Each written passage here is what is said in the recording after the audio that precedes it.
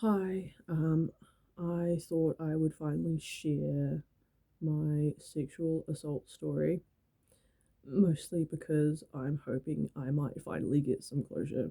Um, I've had lots of counseling for this. The reason I didn't bring it up straight away when it happened was because even though the Me Too movement was just starting, I decided to keep my peace because half of the comments those women received they didn't deserve, and I definitely know now I definitely didn't deserve half the scrutiny I got when it happened to me. And I was expecting so much more from people that I thought had known me better than my whole family. I definitely thought my family would be better than that, but for culture reasons, I think they're just ignorant. Um, I definitely thought my ex partner would be better than that and not leave me because his family hated me for something. I That was definitely not my fault. Was I naive? Yes. Did I deserve it? No. Um, it has taken one psychologist and three different counselors for me to finally believe that, and I had to keep it was I'm not gonna lie, it was super painful to keep that as a secret for a year. Um, and then maybe a few years later to have my ex partner turn around and ask me how my life was. Like, just like I just, like I was just an old workmate of his or something. Um, it just got to the point where I don't know, I had someone pretending to be him at one point as well. And then I'm pretty sure that was my old flatmate because she was just a nut job. Um, but yeah, just long story short, I definitely feel like because of just so many people telling me that I wanted it, and I was trying to seduce the person, or I was trying to, like, I wanted it the whole time, and I was trying, and then I just turned around and said I didn't want it. It's just truly messed up, and I feel like it's just my time to have everyone finally realize I'm not doing this for views, I'm doing this for fame. That's really messed up. Like, I know some people that do that. I know that there are twisted people out there, but I definitely know I didn't do it for that.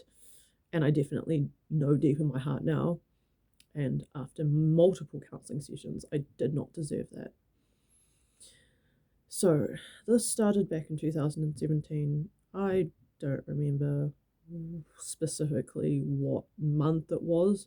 I know it was roughly around winter or autumn, and I was actually on the way to another job interview.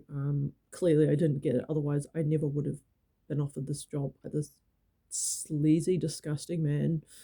Um, I hitched a ride with a guy. I've hitched a ride with people before. I know it's dangerous. I know. And he said that he was looking for a receptionist for his business. And because I was so desperate, I said yes. Um, I really was that naive. I can tell you, after something this traumatic happens to you, you really aren't that naive anymore. And just something inside me just definitely died that day. So basically, that job fell through, so I called this guy, and he was acting super, super suspicious. Like, he was offering to buy me heels and expensive dresses for the receptionist role. I was getting a lot of uncomfortable looks from retail workers. Um, like I was like a sugar baby or something when I clearly wasn't. I felt just as uncomfortable as those workers as well. And he offered to buy me sushi, and I was just trying to be as like keep it as like civil as possible.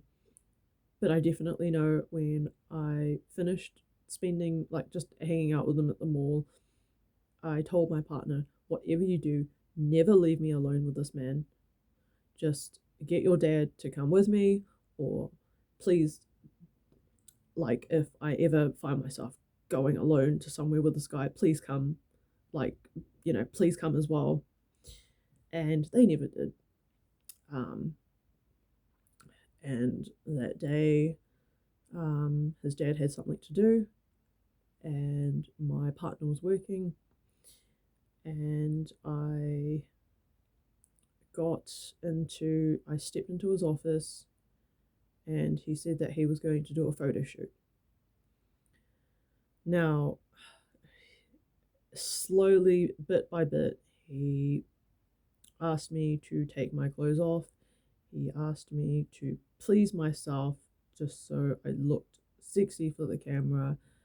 And he asked, like, he was rubbing his parts against me.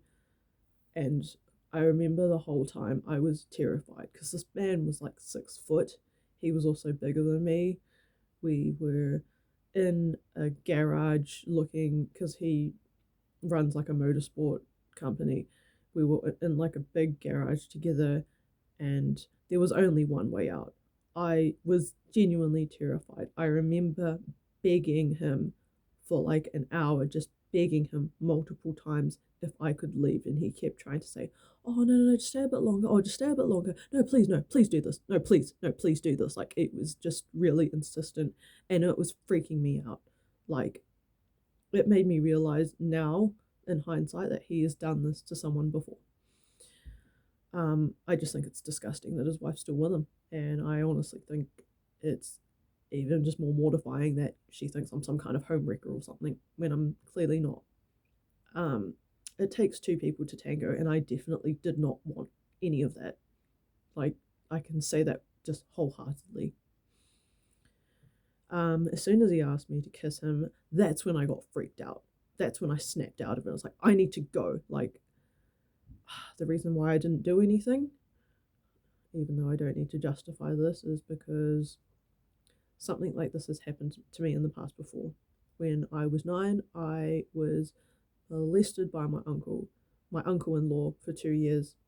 And then when I was 18, I got sexually assaulted by my cousin's ex-boyfriend, not only by her ex-boyfriend, who let me feel his boner while she was asleep, but also by his friend who was sucking my toes or my feet when I was like just trying to, in the same bed as my cousin and her partner, because I told them I did not feel safe sleeping alone in my house next door or just sleeping in the spare room that night.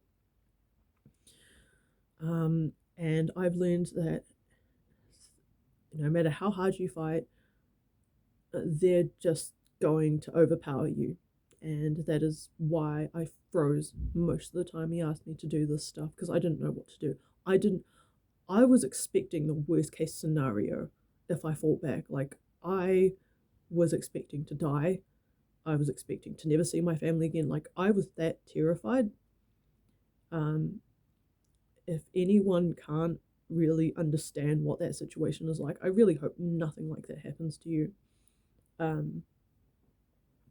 So anyways, as soon as he asked me to kiss him, that's when I just snapped out of it, and I said, I need to go home. And he took me home. While he was taking me home and while I was getting changed again, he offered, not only could he see how terrified I was, or like in shock, or just how numb I was, he tried to bring up he said that him and his wife were swingers, and he offered for me to get into an orgy with him and some other couples. And I just said no. And I was trying to play it off as normal as possible. But I can definitely tell you this. As soon as I came back home, I just cried. And I ended up crying and screaming on the phone for my partner to pick me up. And I went outside and I just started crying my eyes out. And this lady was nice enough.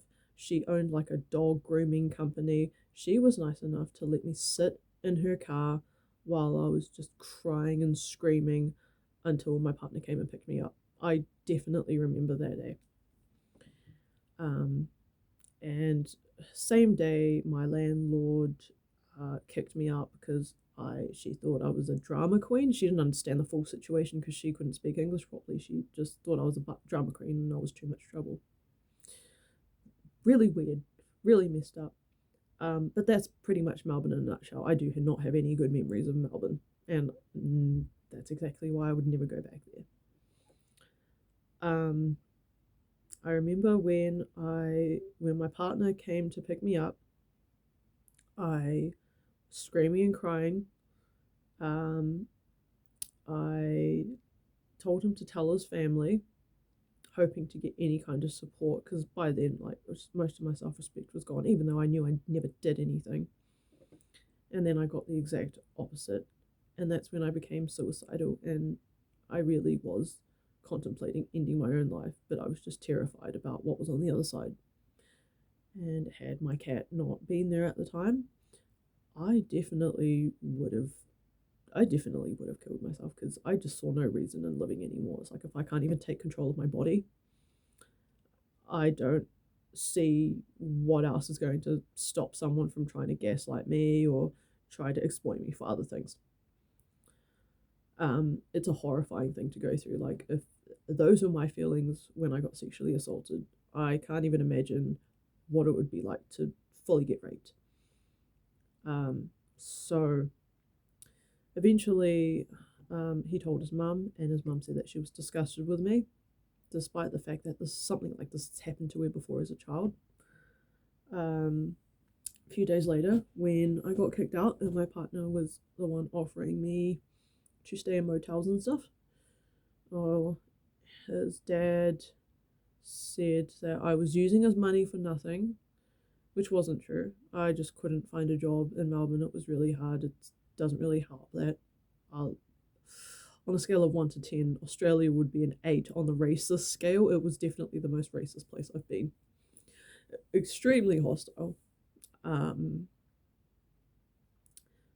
I remember him being on the phone in the motel, and he said that, why didn't you fight him back? You wanted it. You're like, why would you even do something like that? Just really messed up stuff that I've mostly blocked out just to help me cope or just move on from that experience. And I believed everything he said, and I wish I hadn't. Like, at one point, I was angry at him for saying all this stuff to me, and then now I'm still just angry at myself for believing shit like that. Um, but yeah, he started to believe everything his family said, so he broke up with me because he could not be in a relationship with someone whose whole family hated him. Eventually, he helped me find a new place. I moved in all my stuff, and then we broke up. And then he tried to accuse me of sleeping with other people when I clearly hadn't. As if being sexually assaulted wasn't worse. The fact that your partner accuses you of trying to sleep around with other people when something like that has happened to you just makes you feel even more like shit. Even though it clearly wasn't none of his business anymore because he was the one that broke up with me. He's just this family is just just next level. But eventually I did sleep around. I wanted to feel as disgusting as they portrayed me to be. And in the end, I just ended up feeling even worse. I just figured there is no way I could feel worse after I've been sexually assaulted. Like, I've already been to the emergency triage for suicide like twice. Like, I see no reason, and there was no way I could feel worse than this. And turns out I could. I had nightmares for months. I couldn't talk about it without crying. A lot of the times when people brought it up, when I told them not to, it would just go through a loop in my head, and I didn't know when it would end or stop. I would get into panic attacks where I couldn't breathe. Um, and yeah, it was a really really horrific time, especially when I had no mental health support for that. And what was it? I met two. I thought at the time my ex partner was my soulmate, the one with all the videos I have. And then I met someone I thought was my true soulmate, and I just kind of treat them like shit because mentally I wasn't in the right headspace for a relationship, and neither was he. And then I met someone else that just gaslighted me for just months and months and months, like just not only cheated on me, like but multiple girls. Um, what was it? And met this just piece of work on Tinder, who I will definitely tell you about because he has found my YouTube and tried to do the same thing as my ex partner's dad when I told him the truth about everything. He just tried to blackmail me with it, and that's definitely why I did stop doing YouTube for a while. Um, but yeah, like it was just sheer hell, and just to make it worse, when I realized I had no money to go back to New Zealand, I do remember one point considering just being a sugar baby or kind of escorting and stuff because I just thought I don't have any self respect anyways. I may as well do it. And then I remember at the last minute, I cancelled meeting up with this person I was dating someone at the time, and then I just begged my dad to take me home. Like I just thought that would be the final step. Like I was terrified to kill myself. Um.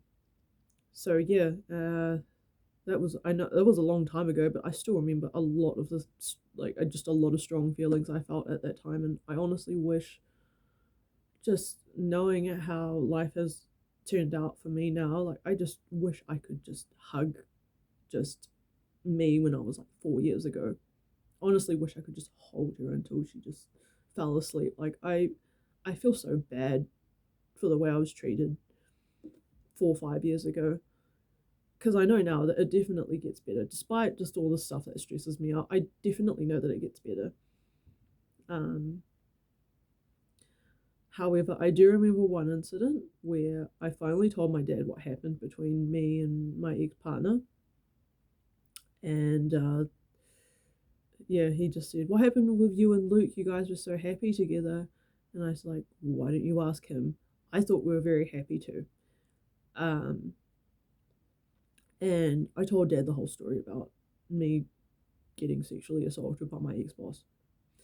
And 3 days later, he uses that against me. And we get into a fight in the car. It wasn't even a massive fight or anything. It was just, I remember like one of my dad's like longtime friends, who I call my uncle, like he creeps me out as well. He's said stuff, but he's never like actually done stuff. He still creeps me out. But like I remember like he got drunk and he was like, "Oh, this is my girlfriend. This is my girlfriend." I was 12. Yeah, just that kind of like dad's friends. But I remember I got into a fight with my dad in the car. Oh, like I can't remember if it was on the way to work or anything, or on the way back home. But he turned around and he said, "At least I wasn't stupid enough to try and kill myself." Because in Thailand, like suicide is bad, mental health is a stigma. If anything to sexual assault or rape, it's just it's just your fault. It's a different culture. Um, but yeah, I think after that, something definitely snapped inside of me. I just thought, I'm going to try and tolerate my dad for as much as possible. I'm going to try and work and work and work and work. I had just everybody shitting on me. I was psychologically, verbally, and just physically abused. Um, and I just tried to cope with it with drinking for 7 months.